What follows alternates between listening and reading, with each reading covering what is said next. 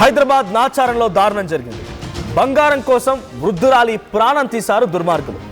Nacharam PS పరిధిలో ఈ సంఘటన చోటు చేసుకుంది. సుజాత అనేటువంటి ఒక మహిళ, 65 ఏళ్ల మహిళ ఒంటరిగా ఉంటుంది. అయితే అదే ఇంట్లో ముగ్గురు అద్దెకుంటున్నారు. సో అంజిబాబు అండ్ తన ఇద్దరు ఫ్రెండ్స్ యువరాజు, దుర్గారావు వీళ్ళ సహాయంతో ఆ మహిళని హతమార్చి మెడలో ఉన్నటువంటి బంగారాన్ని చూసి ఆశపడి ఆ తర్వాత తనని హతమార్చి ఆ బంగారాన్ని దొంగిలించుకొని వెళ్ళారు. బంగారం కోసం ఇంటి ఓనర్నే హతమార్చారు. సుజాత మృతదేహాన్ని గోదావరిలో పడేశారు అంజిబాబు. పోలీసులు ఎదుట సీన్ బై సీన్ చెప్పారట. అయితే ప్రాణం తీసి బంగారాన్ని దోచుకెళ్లిన సంఘటన హైదరాబాద్లో ఒక్కసారిగా షాక్ గురి చేసింది. దీంట్లో కూడా హైదరాబాద్ టు గోదావరి వయా కోనసీమ, ఇక్కడ మీకు ఆ లైన్ యాడ్ చేయడం గల కారణం హైదరాబాద్లో హతమార్చి గోదావరి వరకు వెళ్ళి మధ్యలో కోనసీమ మీదుగా గోదావరి వరకు వెళ్ళి గోదావరిలో ఆ మృతదేహాన్ని ఒక బ్రీఫ్ కేస్, అంటే మీరు లగేజ్ ట్రాలీ బ్యాగ్ చూస్తారు కదా, ఎస్ ఆ ట్రాలీ బ్యాగ్లోనే సుజాత మృతదేహాన్ని తీసుకువెళ్తున్నారు.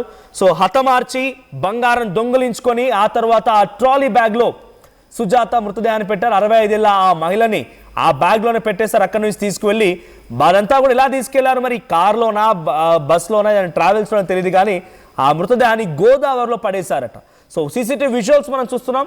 ఈ సంఘటన జరిగింది 19వ తేదీన 19/12/2025. ఆ విజువల్స్ చూస్తున్నాం మనం, అక్కడ డేట్ కూడా కనిపిస్తోంది.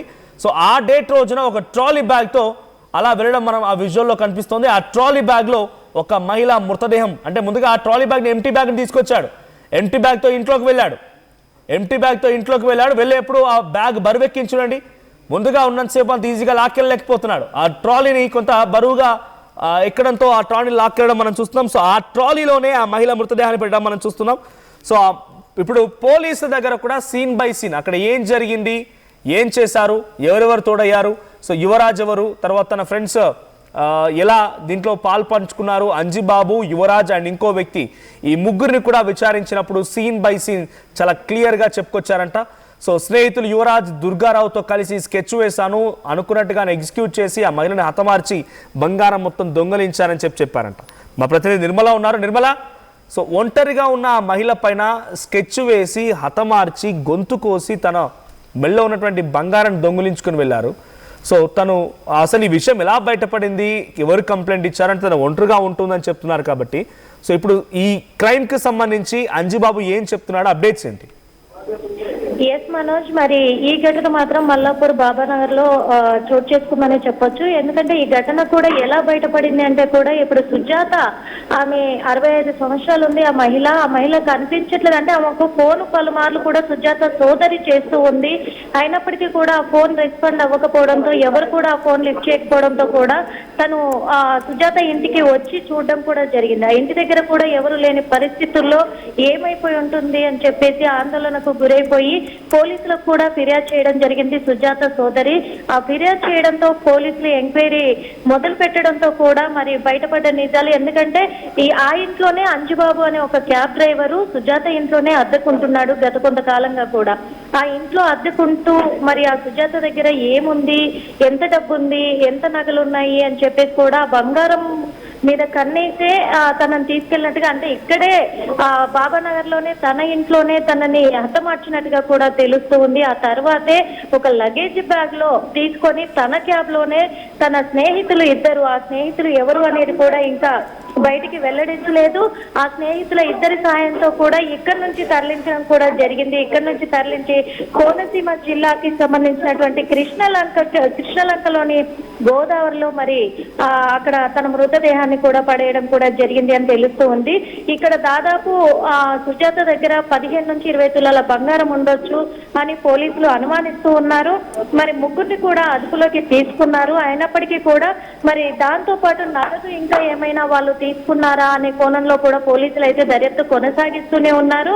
మొత్తానికి తను ఒకటే మహిళ ఉండడం కూడా గమనించి ముందు నుంచే పహారా కాచి వీళ్ళు ఈ ప్లాన్ ప్రకారమే చేసినట్టుగా కూడా పోలీసులు అయితే అనుమానిస్తూ ఉన్నారు. మనోజ్, రైట్. సో ఇప్పుడు Anjibabu scene to scene explain చేశాడని చెప్తున్న తరుణంలో, సో ఇలా స్కెచ్ వేశారు, ఎప్పుడు స్కెచ్ వేశారు, దీనికి సంబంధించిన అప్డేట్స్ ఉన్నాయా? ఎస్ మనోజ్, ఇదైతే మరి ఈ డిసెంబరు 23వ తారీఖు నుంచే జరిగినట్టుగా కూడా తెలుస్తుంది. ఎందుకంటే 23వ తారీఖు నుంచే తన ఫోన్ ఎవరు లిఫ్ట్ చేయట్లేదు తన సోదరి చేసినప్పటికీ, కాబట్టి 24వ తేదీన తన పోలీసులకు ఫిర్యాదు చేసినట్టుగా కూడా తెలుస్తూ ఉంది. వాళ్ళు ఇదంతా ప్లానింగ్ 23, 22 చేసుంటారు అని పోలీసులు అనుమానిస్తూ ఉన్నారు. కానీ ఇప్పటి వరకు అంజుబాబు ఏం చెప్పాడు అనే కోణంలో కూడా పోలీసులు అయితే ఇప్పటివరకు ఇంకా బయట పెట్టలేదు, వెల్లడించలేదు.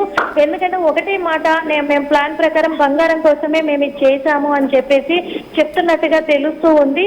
ఇంకా వివరాలు అయితే తెలియాల్సి ఉంది Manoj. Thank you Nirmala. So మొత్తంగా ఈ ముగ్గురిని ఇప్పుడు పోలీసు అదుపులోకి తీసుకున్నారు. పోలీసులు వారిని విచారించిన తర్వాత చాలా కీలకమైన విషయాలు బయటపడ్డాయి. సీన్ టు సీన్ ఎక్స్ప్లెయిన్ చేశారంట.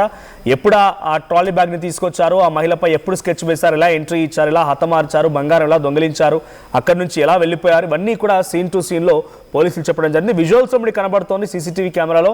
ట్రాలీ బ్యాగ్లో ఆ మహిళ మృతదేహాన్ని తరలిస్తున్నప్పుడు ఆ సీసీటీవీ కెమెరా ఇది. ఆ లెఫ్ట్ సైడ్ బాక్స్లో మీరు చూస్తున్నారు ఆ ఇంటికి సంబంధించి విజువల్ అది. అదే ఇంట్లో అద్దెకుంటున్నటువంటి అంజిబాబు ఈ పూర్తి పన్నాగానికి, ఈ పూర్తి స్కెచ్కి కారణమైనట్టు తెలుస్తోంది.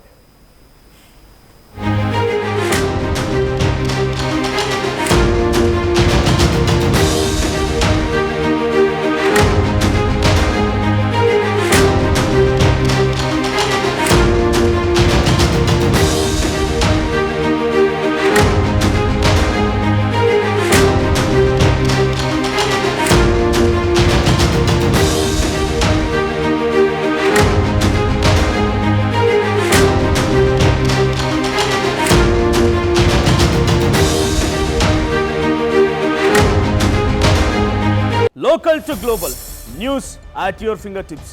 మీ చేతిలో ఒక ఆయుధం. Download R TV app. Media legend Ravi Prakash is back.